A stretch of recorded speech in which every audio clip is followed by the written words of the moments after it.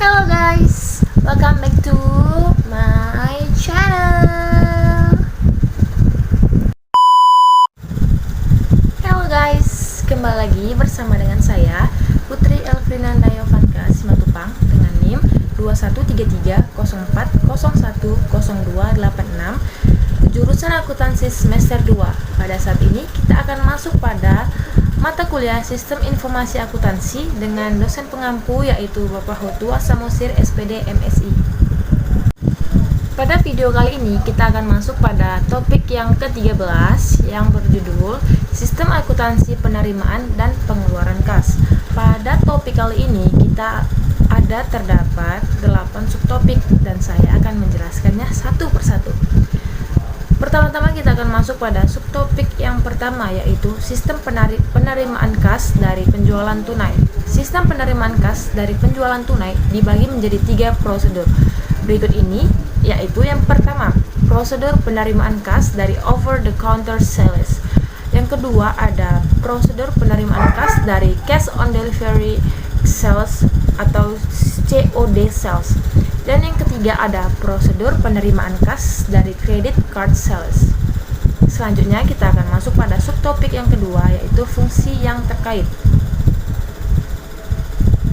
Fungsi yang terkait dalam sistem penerimaan kas dari penjualan tunai adalah yang pertama ada fungsi penjualan. Fungsi ini bertanggung jawab untuk menerima order dari pembeli, mengisi faktur penjualan tunai, dan menyerahkan faktur tersebut kepada pembeli untuk kepentingan pembayaran ke fungsi kas. Yang kedua ada fungsi kas. Fungsi ini bertanggung jawab sebagai penerima kas dari pembeli. Yang ketiga ada fungsi gudang. Fungsi ini bertanggung jawab untuk menyiapkan barang yang disimpan oleh pembeli serta menyerahkan barang tersebut ke fungsi pengiriman. Selanjutnya yang keempat ada fungsi pengiriman. Fungsi ini bertanggung jawab untuk membungkus barang dan menyerahkan barang yang telah dibayar harganya kepada pembeli. Dan yang terakhir ada fungsi akuntansi. Fungsi akuntansi bertanggung jawab sebagai pencatat transaksi penjualan dan penerimaan kas dan pembuat laporan penjualan. Selanjutnya kita masuk pada subtopik yang ketiga yaitu informasi yang diperlukan oleh manajemen. Informasi yang umumnya diperlukan oleh manajemen dari penerimaan kas dari penjualan tunai adalah yang pertama ada jumlah pendapatan penjualan menurut jenis produk atau kelompok produk selama jangka waktu tertentu. Yang kedua ada jumlah kas yang diterima dari penjualan tunai. Yang ketiga ada jumlah harga pokok produk yang dijual selama jangka waktu tertentu. Dan yang keempat ada nama dan alamat pembeli. Informasi ini diperlukan dalam penjualan produk tertentu. Namun, pada umumnya informasi nama dan alat pembeli ini tidak diperlukan oleh manajemen dari kegiatan penjualan tunai. Yang kelima, ada kuantitas produk yang dijual. Yang keenam, ada nama wiraniaga yang melakukan penjualan. Dan yang terakhir, ada otorisasi pejabat yang berwenang. Selanjutnya, kita masuk pada subtopik yang keempat yaitu dokumen yang digunakan. Dokumen yang digunakan dari sistem penerimaan kas penjualan tunai adalah yang pertama, faktur penjualan tunai. Dokumen ini digunakan untuk merekam sebagai informasi yang diperlukan oleh manajemen mengenai transaksi penjualan tunai. Yang kedua, ada pita register kas atau kas register tape. Dokumen ini dihasilkan oleh fungsi kas dengan cara mengoperasikan mesin register. Pita register ini merupakan bukti penerimaan kas yang dikeluarkan oleh fungsi kas dan merupakan dokumen pendukung faktur penjualan tunai yang dicatat dalam jurnal penjualan. Yang ketiga ada credit card sales slip. Dokumen ini dicetak oleh credit card center bank yang menerbitkan kartu kredit dan diserahkan kepada perusahaan atau sering disebut dengan merchant yang menjadi anggota kartu kredit. Bagi perusahaan yang menjual barang atau jasa, dokumen ini diisi oleh fungsi kas dan berfungsi sebagai alat untuk menagih uang tunai dari bank yang mengeluarkan kartu kredit untuk transaksi penjualan yang telah dilakukan kepada pemegang kartu kredit. Selanjutnya yang keempat ada bill of lading. Dokumen ini merupakan bukti penyerahan barang dari perusahaan penjualan barang kepada perusahaan pengangkutan umum. Dokumen ini digunakan oleh fungsi pengiriman dalam penjualan COD yang penyerahan barangnya dilakukan oleh perusahaan angkutan umum. Yang kelima, ada faktur penjualan COD. Dokumen ini digunakan untuk merekam penjualan COD. Yang keenam, ada bukti setor bank. Dibuat oleh fungsi kas sebagai penyetoran kas yang diterima dari piutang ke bank. Bukti setor dibuat 3 lembar dan diserahkan oleh fungsi kas ke bank bersamaan dengan penyetoran dari piutang ke bank. 2 lembar tembusannya diminta kembali bank setelah ditandatangani dan dicap oleh bank sebagai bukti penyetoran kas ke bank. Bukti setor bank diserahkan oleh fungsi kas kepada fungsi akuntansi dan dipakai oleh fungsi akuntansi sebagai dokumen sumber untuk pencatatan transaksi penerimaan kas dan piutang ke dalam jurnal penerimaan kas. Dan yang terakhir ada rekapitulasi beban pokok penjualan. Dokumen ini digunakan oleh fungsi akuntansi untuk meringkas harga pokok produk yang dijual selama satu periode. Dokumen ini digunakan oleh fungsi akuntansi sebagai dokumen pendukung bagi pembuatan bukti memorial untuk mencatat harga pokok produk yang dijual. Selanjutnya kita masuk pada subtopik yang kelima, yaitu catatan akuntansi yang digunakan. Catatan akuntansi yang digunakan dalam sistem penerimaan kas dari penjualan tunai adalah: yang pertama ada jurnal penjualan. Jurnal penjualan digunakan oleh fungsi akuntansi untuk mencatat dan meringkas data penjualan. Yang kedua, jurnal penerimaan kas. Jurnal ini digunakan oleh fungsi akuntansi untuk mencatat penerimaan kas dari berbagai sumber, diantaranya penjualan tunai. Yang ketiga, ada jurnal umum. Dalam transaksi penerimaan kas dari penjualan tunai, jurnal ini digunakan oleh fungsi akuntansi untuk mencatat harga pokok produk yang dijual. Yang keempat, ada kartu persediaan. Kartu persediaan digunakan oleh fungsi akuntansi untuk mencatat berkurangnya harga pokok produk yang dijual. Kartu persediaan ini diselenggarakan di fungsi akuntansi untuk mengawasi mutasi dan persediaan barang yang disimpan di gudang. Dan yang kelima, ada kartu gudang. Catatan ini tidak termasuk catatan akuntansi karena hanya berisi data kuantitas persediaan yang disimpan di gudang. Catatan ini diselenggarakan oleh fungsi gudang untuk mencatat. Kartu gudang digunakan untuk mencatat berkurangnya kuantitas produk yang dijual. Selanjutnya, kita masuk pada subtopik yang keenam, yaitu jaringan prosedur dan unsur pengendalian intern. Jaringan prosedur yang membentuk sistem penerimaan kas dari penjualan tunai adalah: yang pertama ada prosedur order penjualan, yang kedua ada prosedur penerimaan kas, yang ketiga ada prosedur penyerahan barang, yang keempat ada prosedur pencatatan penjualan tunai, yang kelima ada prosedur penyetoran kas ke bank, dan yang keenam ada prosedur pencatatan penerimaan kas, dan yang terakhir yang ketujuh ada prosedur pencatatan beban pokok penjualan. Selanjutnya, unsur pengendalian intern yang seharusnya ada dalam sistem penerimaan kas dari penjualan tunai adalah sebagai berikut. Yang pertama ada organisasi. Organisasi terbagi atas 3, yaitu yang pertama ada fungsi penjualan harus terpisah dari fungsi kas, yang kedua ada fungsi kas harus terpisah dari fungsi akuntansi, yang ketiga ada transaksi penjualan tunai dilaksanakan oleh fungsi penjualan, fungsi kas, fungsi pengiriman, dan fungsi akuntansi. Selanjutnya ada sistem otorisasi dan prosedur pencatatan. Sistemnya terbagi atas 5, yaitu yang pertama ada penerimaan order dari pembeli, otorisasi oleh fungsi penjualan dengan menggunakan formulir faktur penjualan tunai. Yang kedua ada penerimaan kas diotorisasikan oleh fungsi kas dengan cara membubuhkan cap lunas pada faktur penjualan tunai dan penempelan pita register ke register kas pada faktur tersebut. Selanjutnya yang ketiga ada penjualan dengan kartu debit bank didahului dengan permintaan otorisasi dari bank penerbit kartu debit. Yang keempat ada penyerahan barang kepada pembeli diotorisasi oleh fungsi pengiriman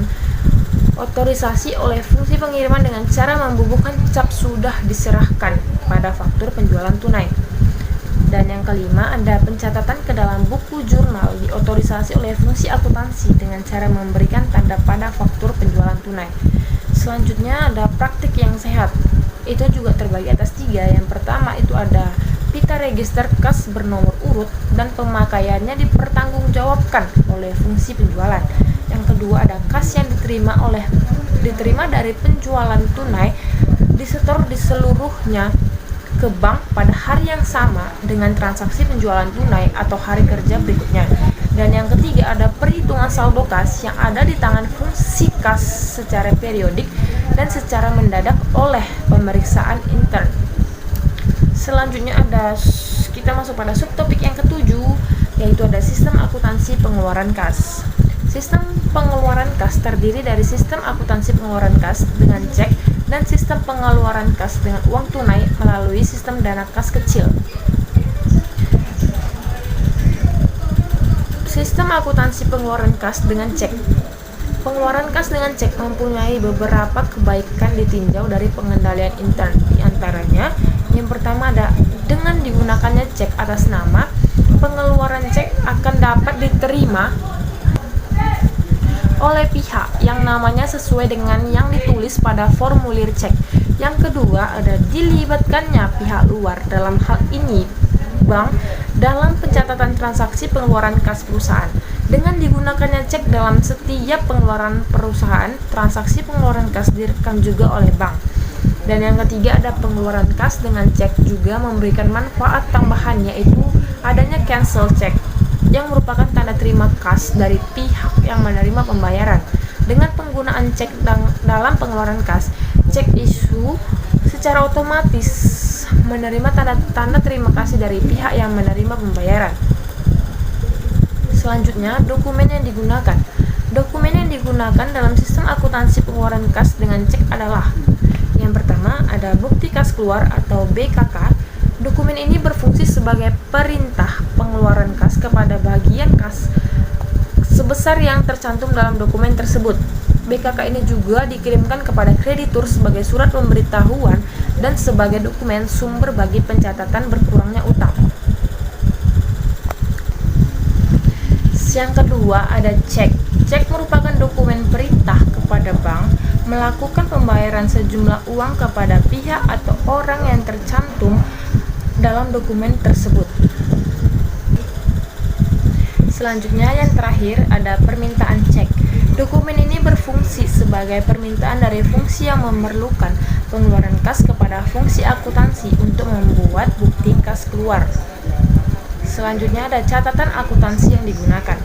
Catatan akuntansi yang digunakan dalam sistem akuntansi pengeluaran kas dengan cek adalah: yang pertama ada jurnal pengeluaran kas. Catatan ini digunakan untuk mencatat segala pengeluaran kas yang dilakukan oleh perusahaan. Dokumen sumber yang dipakai sebagai dasar pencatatan dalam jurnal ini adalah faktur dari pemasok yang telah dicap lunas oleh fungsi kas. Dan yang kedua ada register cek. Register cek ini digunakan untuk mencatat cek-cek perusahaan yang dikeluarkan untuk pembayaran para kreditur perusahaan atau pihak lain.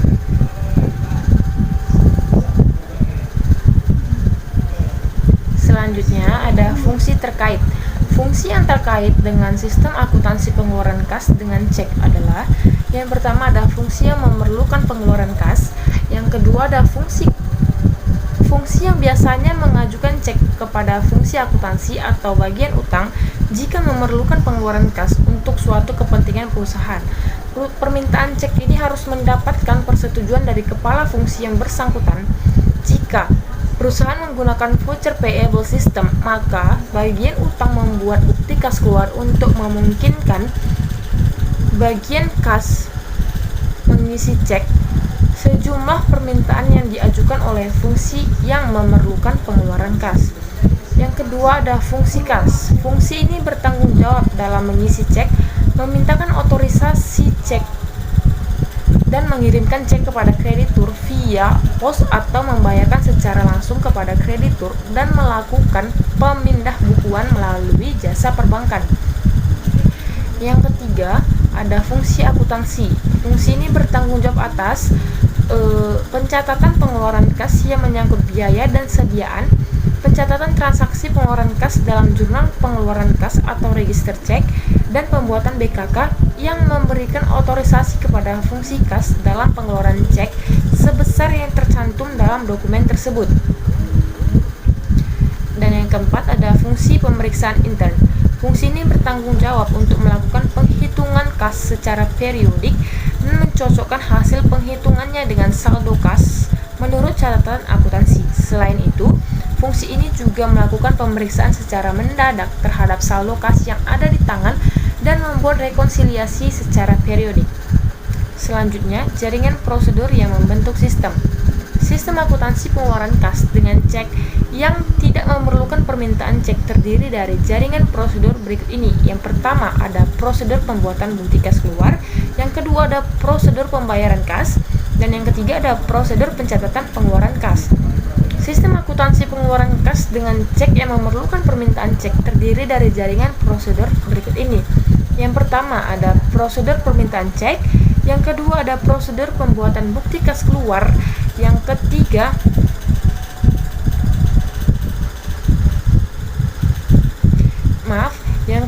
ada prosedur pembayaran kas. Dan yang keempat, ada prosedur pencatatan pengeluaran kas. Selanjutnya, unsur pengendalian intern. Yang pertama ada organisasi terbagi. Selanjutnya kita masuk pada unsur pengendalian intern. Ya, itu yang pertama ada organisasi terbagi atas dua. Yang pertama ada fungsi penyimpanan kas harus terpisah dari fungsi akuntansi, dan yang kedua ada transaksi penerimaan dan pengeluaran kas tidak boleh dilaksanakan sendiri oleh bagian kasa sejak awal sampai akhir tanpa campur tangan dari fungsi lain. Selanjutnya ada sistem otorisasi dan prosedur pencatatan terbagi atas tiga, yaitu yang pertama ada pengeluaran kas harus mendapatkan otorisasi dari pejabat yang berwenang. Yang kedua ada pembukaan dan penutupan rekening bank harus mendapatkan persetujuan dari pejabat yang berwenang.